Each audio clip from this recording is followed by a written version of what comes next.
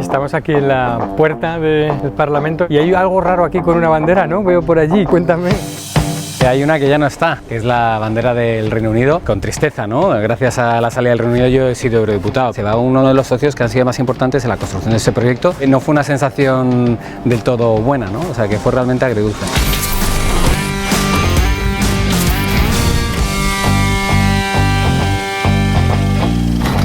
¿Y cómo es la vida en un parlamento telemático?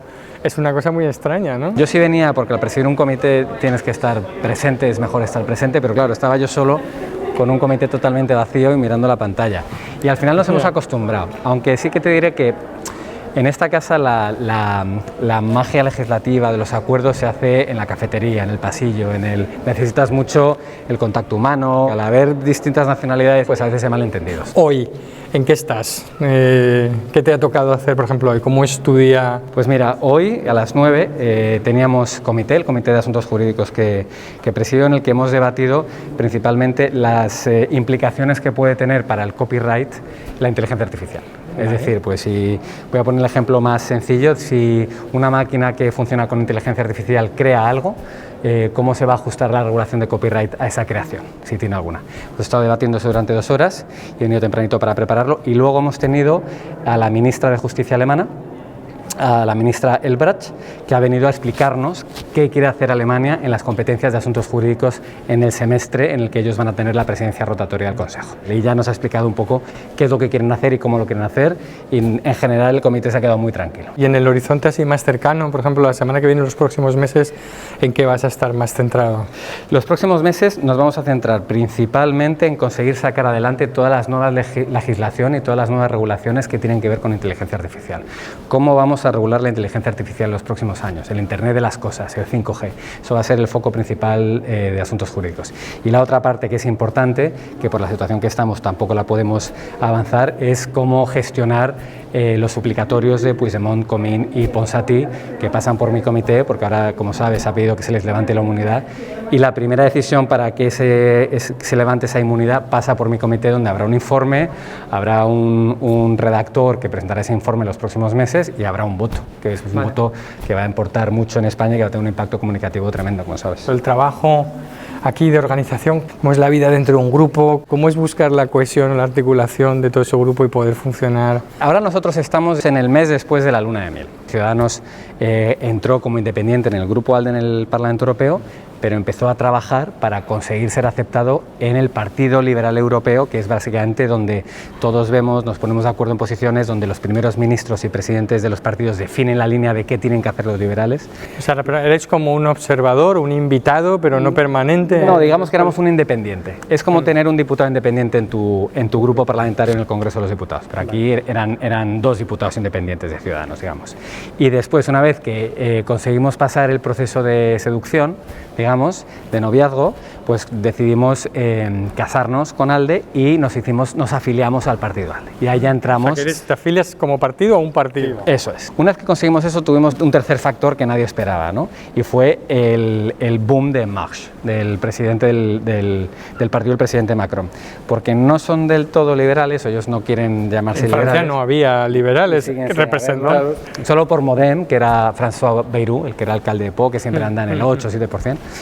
Y entonces ahora había un nuevo factor que había que integrar en esta familia, porque nosotros sabíamos que si Macron se presentaba a las elecciones europeas de 2019 iba a sacar un montón de diputados, y aquí al final queremos que el Grupo Liberal tenga fuerza, y si traen 20 diputados, imagínate. O sea, era el último en llegar, pero potencialmente el más fuerte, ¿no? Claro, entonces si tú vienes muy fuerte, tú puedes poner muchas condiciones. Y entonces, de haber hecho un proceso de 5 años de Ciudadanos, ser un partido importantísimo en el centro europeo, conseguir entrar en el Grupo ALDE, conseguir entrar en el partido ALDE, conseguir expulsar a Convergencia y al Partido Proindependentista catalán, pues ahora empezábamos de cero, porque decíamos, vale, la familia liberal ALDE está ahí, pero ahora necesitamos que Macron entre, necesitamos que esté en el grupo, necesitamos que esas ideas de reformar Europa calen. Entonces Ciudadanos dijo, nosotros vamos a hacer de puente, vamos a hacer el trabajo de base, somos los que mejor nos llevamos con Macron porque somos animales parecidos, entonces nos entendíamos muy bien, pero ya teníamos ese arraigo dentro de la familia de ALDE en el que todos los partidos clásicos nos respetaban y nos dieron un poco ese papel y dijeron, venga, hacéis el puente.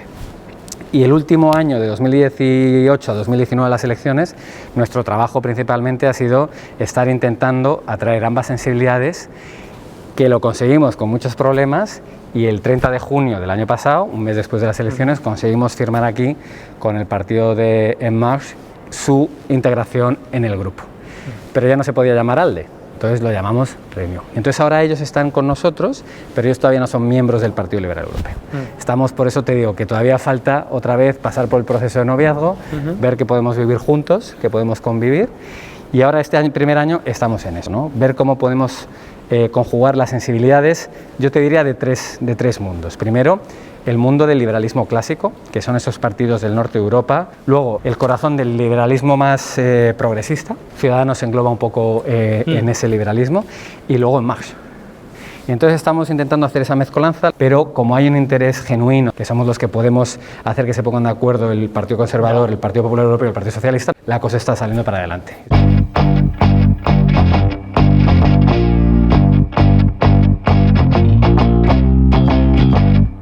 Ese esfuerzo de construcción del grupo liberal se hace, bueno, por encima o con las diferencias de visiones que tienen muchos miembros, ¿no? El partido, los liberales eran siempre pocos y federalistas, ¿no? En el pasado, y del norte, y ahora eso ha cambiado mucho, ¿no? ¿Cómo organizáis esas diferentes preferencias sobre Europa dentro del grupo? ¿Es algo que te quita tiempo? Lo primero fue el shock del sur, porque eran todos, como bien dices, del norte, tenían una visión de Europa muy definida, pero es cierto que con unos fundamentos liberales muy claros, y con esta convivencia entre los dos grupos que ellos se autodenominaban los like-minded, que de hecho incluso se reunían antes de los grupos, de las reuniones de grupos, para definir votos del liberalismo clásico y del liberalismo progresista, pero eran todos eso, holandeses, suecos, finlandeses, alemanes. Entonces la legislatura pasada ya entra gente del sur y del este, entra gente de Polonia, entra gente de España, entra gente de Portugal, entra gente de Bulgaria, entra gente de Rumanía. Entonces, claro, hay un choque ahí de un grupo que siempre se acostumbraba norteño, con sus ideas federales muy poco definidas. Todo hay que decirlo, el más federalista era Guy Verhofstadt, pero en absoluto estaba acompañado por la mayoría del grupo, y eso se notaba mucho en los debates, había mucho choque. Y entra este sur y este que en general sí somos federalistas, aunque al final, si vas a la letra pequeña, lo que sí somos es pro seguir por la senda de la integración, y en el norte tienen lo mismo, solo que a distinta velocidad. Y ahora ya en 2019, con este nuevo grupo con En Marche, cuando ya estamos con los franceses, nosotros, un grupo rumano, que somos las 3 delegaciones más grandes, y los Lib Dems hasta febrero, que tenían 17 eurodiputados, la segunda más grande, pues hay un vuelco. Pero es como todo, aquí al final estás para llegar a acuerdos. Y aquí yo siempre pongo el mismo ejemplo, utilizando el ejemplo de cuando vas a negociar un nuevo paquete legislativo y tienes, pues eso, izquierda, socialistas, conservadores, verdes, liberales. Y si cuando tu informe va al pleno solo gana por un voto, se considera un fracaso, aunque ganes. Se considera que la resolución aquí utilizan, que ha parecido parece un árbol de Navidad. Entonces aquí lo importante es generar consensos, y si tu resolución, tu informe legislativo gana por un 90% del voto, ese es el éxito. Aquí en el fondo tenéis un modo de vida, entre comillas, civilizado comparado con lo que pasa con la política nacional, que es mucho más incivil o más refractaria a los acuerdos. Aquí podéis hacer una coalición que vaya desde verdes a populares y salen muchas cosas adelante. ¿Cómo vivís a veces esta contradicción entre me subo del avión, me pongo la gorra de trabajo, o me bajo del avión, me pongo el casco de guerra? Voy a poner el ejemplo nacional. La legislatura pasada, cuando yo trabajaba con Javier Nar, todos los meses había una reunión con el jefe de delegación del PP, con Esteban González Pons, y con el jefe de la delegación del PSOE, con Jáuregui, y luego vino Irache, para intentar llevar las cosas de país juntas, y ahora se hace lo mismo. Luis Garicano, nuestro jefe de delegación, está en constante contacto con Dolors y con Javier Moreno. ¿Por qué? Porque hay cosas de país que tienes que ir adelante. ¿Qué es lo curioso en esta legislatura? Que el pacto nacional se hace entre liberales, populares y socialistas, y en ningún sitio aparece Podemos. Podemos, yo no sé qué relación tiene con el Partido Socialista aquí, si es que tiene alguna. Y luego te vas a España y fíjate qué gobierno tenemos. O sea, aquí no funcionan en coalición no son un espejo del gobierno en España. El ejemplo claro es que cuando hemos votado hace 2 meses primera propuesta de paquete de recuperación que tanto necesitamos, que tanto necesita el gobierno de España, que tanto defendió también Pedro Sánchez, sus socios de gobierno aquí votaron en contra. ¿Y la justificación cuál era? Pues a ver, las justificaciones de los populistas suelen ser bastante simples y simplemente decían que no se cubría suficiente las familias o la gente que iba a sufrir más con la crisis, que es todo lo contrario. Este paquete lo que está intentando es justamente salvar eso, salvar el tejido económico, salvar las pequeñas y medianas empresas, ayudar a los que más están sufriendo, para intentar que cuanta menos gente sufra en los próximos meses, mejor. Y Podemos, pues una explicación simple y un voto en contra, porque es lo que votan siempre. En general aquí Vox y Podemos en estas cosas votan siempre en contra. Vox también votó en contra, por cierto. Y luego tienes parte del trabajo de construcción de este grupo parlamentario durante la legislatura pasada fue hacer ese hueco, pero también trabajar con el hecho de que había partidos nacionalistas dentro del grupo liberal que generaba muchísima fricción con vuestro proyecto y planteamiento, ¿no? Cuéntame un poco cómo funcionó aquella... Y tuvimos muchísima crítica, pero ahí el presidente del partido antes, Albert Rivera, y sobre todo su secretario general, José Manuel Villegas, vieron el juego a futuro, porque cuando entramos en ALDE tuvimos una crítica feroz de ¿estáis en el mismo grupo que Convergencia o con los que estáis esperando en Cataluña? Y a la gente había que explicar, y tuvimos mucho golpe mediático malo, pero había que explicar que es que ellos han estado en la familia liberal 25 años, han tenido incluso secretarios general, Artur Mas ha sido presidente, en aquella época Marta Pascal era vicepresidente de ALDE, Tremosa era un diputado respetado. Entonces tú no puedes entrar a un club y decir yo solo entro si echas a un miembro, tú tienes que entrar, defender tus ideas, explicar lo que hace el otro si no estás de acuerdo, y con mucho trabajo, mucha diplomacia e intentar sobre todo no ir como se hace en política nacional, pues venga, con todo sobre la mesa. No, tienes que ir tranquilo, intentando explicar la verdad, intentando poner en valor lo que tú haces, lo que tú crees, el tipo de liberalismo en el que tú trabajas, el tipo de proyecto europeo en el que tú crees, y eso dio su rédito. Y al final, después de 5 años en el grupo y 3 años en el Partido Liberal, que cuando entró Luis Garicano también como vicepresidente, pues lo que sucedió es que se expulsó a Convergencia, PDeCAT de aquellas, se expulsó además con temas de corrupción y con cómo se habían comportado durante toda la legislatura pasada, y Ciudadanos ganó una posición predominante en el grupo y así la seguimos teniendo. Somos uno de los partidos claves en la construcción del nuevo espacio liberal europeo. Pues vamos a volver un poco entonces a los temas en los que has estado trabajando últimamente, que contabas, que me parece muy interesante, porque la gente quizá no entiende, ¿no?, las implicaciones de lo que es la inteligencia artificial. Parece que es como una cosa de maquinitas y ordenadores, ¿no?, pero no sabe que eso a lo mejor puede decidir que tu currículum no entre en un proceso de selección, o que se tomen muchísimas decisiones por ti sin que sepas más o menos, o de forma muy opaca, ¿no? Cuéntanos, ¿por qué es importante hacer una regulación de inteligencia artificial que sea compatible, o qué incompatibilidad hay con los valores europeos que pueda ser amenazante, ¿no? ¿Por qué estáis tan empeñados en esa regulación? Bueno, la regulación es porque algo que ya existe. Y también hay que tener en cuenta que la mayoría de las empresas que están desarrollando inteligencia artificial y aparatos, máquinas, robótica, sistemas de datos que se mueven con inteligencia artificial son extranjeros. Entonces, cuando vengan aquí tienen que tener una regulación para lo que tú has dicho, sobre todo salvaguardar los valores fundamentales que aglutina la Unión Europea. El tema de los valores es, por ejemplo, los algoritmos. En Estados Unidos ya se ha visto que hay algunas plataformas que, dependiendo del algoritmo, dependiendo de tu raza, te deja fuera de algunos procesos. Entonces, eso, por ejemplo, son algoritmos que están, de alguna manera, segregando. Entonces, ese tipo de cosas tienen que estar reguladas para que no se permitan. Algoritmos de qué tipo de contenido tú puedes ver.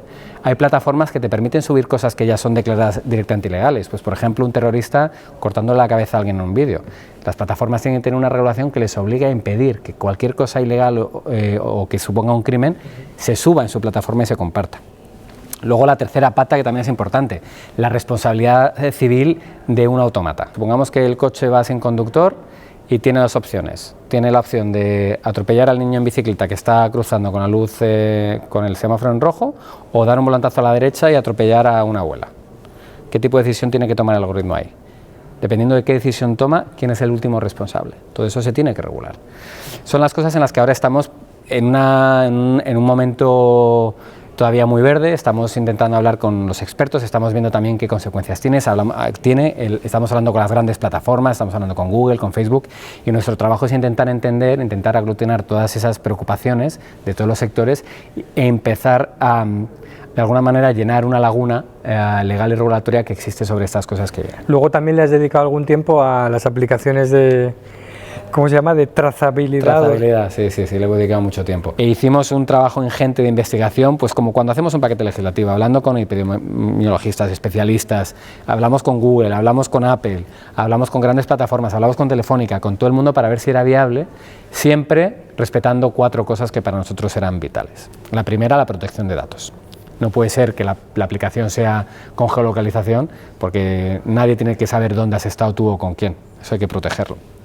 La segunda, que fuese descentralizada, no centralizada. ¿Esto qué significa? Que los datos que tú estés dando a la aplicación y que tú recibes se queden en tu terminal y en el del otro usuario. Que no haya un sitio centralizado donde alguien pueda acceder a esos datos y hacer uso de ellos sin tu permiso. Tercero, que fuese por tecnología Bluetooth. La tecnología Bluetooth tiene la ventaja de que primero no te geolocaliza, y segundo, puede funcionar en espacios cerrados sin cobertura. Si tú tienes Bluetooth conectado y yo tengo Bluetooth conectado, incluso aunque no tengamos cobertura, los dos móviles van a saber que tú y yo hemos estado a menos de 3 metros durante más de 15 minutos. Y cuarto, y más importante, sobre todo para España, la interoperabilidad. Si hacemos unas apps de trazabilidad en un mundo globalizado, en una Unión Europea sin fronteras, con países con la importancia que tiene el sector turístico, como es España, mi app que informa sobre si yo tengo el virus y quiero informar a un tercero, tiene que poder cotejar con una app de un finlandés, de un irlandés o de un griego. Y todo eso ha fallado. Los estados, dentro de lo que cabe, han seguido unas guidelines que publicó la Comisión Europea con estas 4 cosas, pero no todos las han respetado, y no se ha hecho una app europea. Se han hecho apps en distintos países con distintos sistemas, que muchas no son interoperables, algunas centralizadas, otras descentralizadas, y para mí la app es el ejemplo claro de todo lo lejos que todavía estamos de realmente tener una Unión Europea que pueda ser factible, que pueda ir adelante, que pueda dar respuestas comunes a problemas como los de los virus, que este no va a ser ni es el primero que llega, pero probablemente no va a ser el último con esta virulencia. Uno de los momentos complicados que van a venir en los próximos meses tiene que ver con la petición del suplicatorio para Puigdemont y compañía, y te va a tocar estar en el comité jury. Cuéntanos un poco cómo prevés el proceso y el contenido o la disputa en torno a este asunto. Diré un poco solo lo que puedo decir. Obviamente mi figura ahí es institucional y mi labor principal es que el suplicatorio se desarrolle con la mayor transparencia y con el mayor respeto a las reglas de esta casa y, por supuesto, salvaguardando los derechos de los 3 diputados cuya inmunidad se ha pedido que se levante. Eso es lo primero y es lo más importante, yo creo, desde la posición como presidente del comité. Pero sí es cierto que la principal preocupación que yo tengo es que se convierta en un circo. Esto es una cosa muy seria. Estamos hablando de levantar la inmunidad a 3 diputados que un Estado miembro como España, sin ningún tipo de duda sobre la transparencia y calidad de su democracia, ha pedido que se levante esa inmunidad para que puedan ser juzgados en España, y no es algo a lo que se haya que tomar a la ligera ni sobre lo que haya que hacer política. Eso es importante. Y eso es lo que yo creo que también va a mandar un mensaje correcto al resto de los compañeros en la Cámara. Por supuesto, son 3 diputados que, como antes he dicho, no tienen ni grupo político, no tienen ningún tipo de credibilidad en esta Cámara porque saben lo que han hecho, saben las violaciones flagrantes que han hecho del Estatut, saben las violaciones flagrantes que han hecho de la Constitución española, y eso no casa en democracias occidentales y menos en democracias europeas, eso no casa. Sin embargo, tampoco podemos hacer de esto una batalla, porque no es ninguna batalla, es simplemente desarrollar un proceso parlamentario que es común. Hay numerosos suplicatorios e inmunidades que se levantan o no se levantan todas las legislaturas, y conseguir que no solo por nuestro lado, sino por el lado de los 3 diputados que se van a someter a este suplicatorio, que no conviertan esto en un circo y que no conviertan esto en una imagen terrible, no solo para España, pero es una imagen terrible para Cataluña y sobre todo para la Unión Europea. Entonces esa es mi mayor preocupación y el reto que me impongo. Muy bien. Y por último, ¿qué te tendría que decir si te llamo a las 5 de la mañana y te despierto para que no me mandes al cuerno y digas muchas gracias por haber llamado? ¿Qué buena noticia esperarías? A ver, la respuesta en un ámbito de trabajo y en lo que estamos viviendo es que hay una cura para el virus. Hay una cura para el virus y que mis padres puedan volver a hacer vida normal, que mi padre pueda volver a coger el autobús e ir a hacer la compra, que es lo que hacía todos los días. Eso sería lo bueno. Y lo otro, y tal vez si estamos en fin de semana, pues que tal vez te has tomado alguna copa y me dices: Adrián, tío, qué pena que no hayas venido a la cena de hoy, nos lo habremos pasado bien. Esas serían las 2 cosas. Estupendo, pues muchísimas gracias. Gracias a ti, Nacho.